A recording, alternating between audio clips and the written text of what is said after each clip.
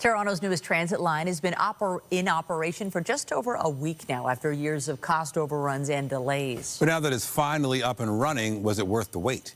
CTV's Natalie Johnson rode the rails with local leaders to find out.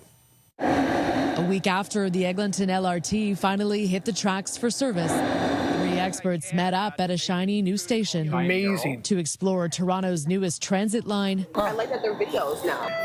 And go for a real-world ride. Community activist, a politician, and an academic walk into an LRT. The experts, U of T Infrastructure Institute Director Maddie Simiatiki. This is really a change of pace for how we build transit and how transit looks in our city. City Councillor Josh Matlow, whose ward includes 8 stops along the line. Transit has always been a dream for communities like Little Jamaica. And Little Jamaica's Community Land Trust Coordinator, Anika Mark. A huge opportunity for our local economies, right? With the opening day excitement now in the rear view, these experts put this regular ride to the test. I think it's so fast. That's one thing I love about it, the speed. Like, we're getting to where we need to go. And I think that's what Torontonians need.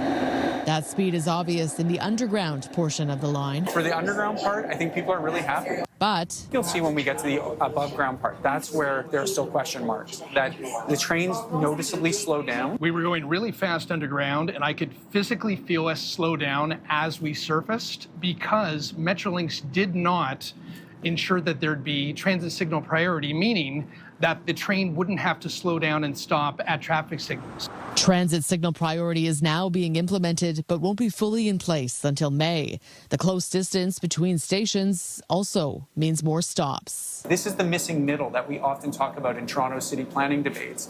And what happens is the planners at the time wanted to make sure that there was transit that was close to all of where these folks live so that they don't have to have long walks to the stations. And yet the trade-off is now that the line in this area goes slower because the stations in some parts are very close together. The consensus is that the above-ground ride feels very different than the below-ground ride, almost as though Eglinton is two different lines. So should this entire LRT have been built at the same grade? This will be an ongoing debate in our city. It's, you're always trading off speed versus cost. This line already was billions and billions of dollars. Going underground is even more expensive. So you're always doing trade-offs. There's going to be a lot of growth in Eglinton now that there's a rapid transit line.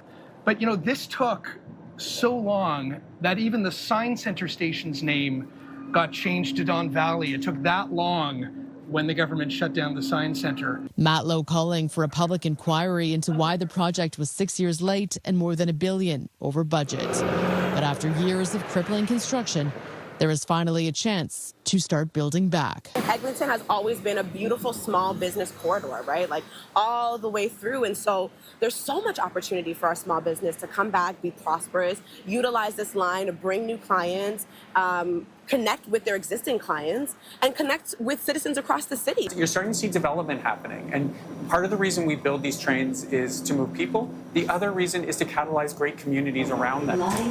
A rough ride to get to this point, but finally a light at the end of the tunnel. Natalie Johnson, CTV News.